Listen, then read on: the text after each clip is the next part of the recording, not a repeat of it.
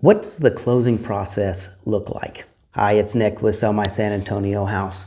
If you're looking to sell your property and maybe it's been a long time since you sold a property, or maybe you've never sold a property before, hear a lot of people talking about, well, at closing, or when we get to closing, or the closing process. And you kind of understand, but also you're like, well, what really happens?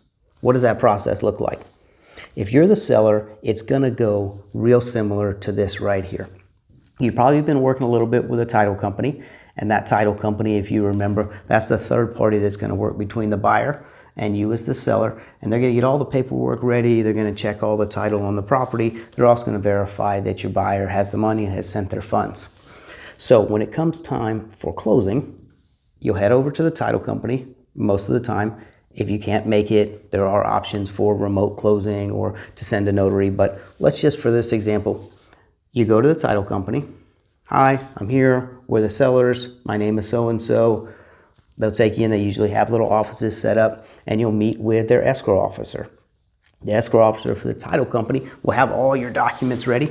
All right. And if you're the seller, it's not quite so many most of the time. There are a few things, and probably most importantly, what you're going to sign is the deed.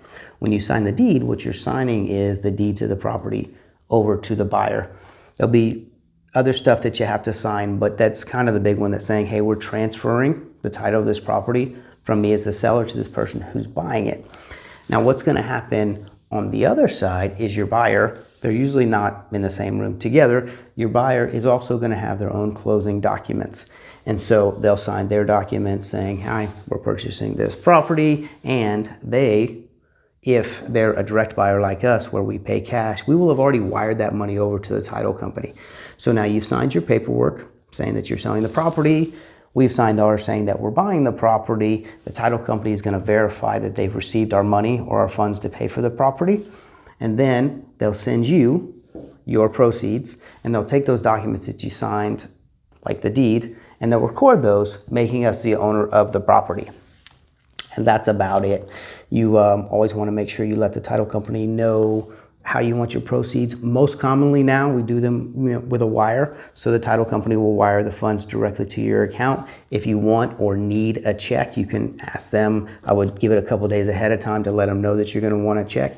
And that's it. You go in, you sign a few papers. If you have any questions, there'll be an escrow officer there that can help answer those questions for you. And then your property is sold, and you get to move on to whatever you got coming up next.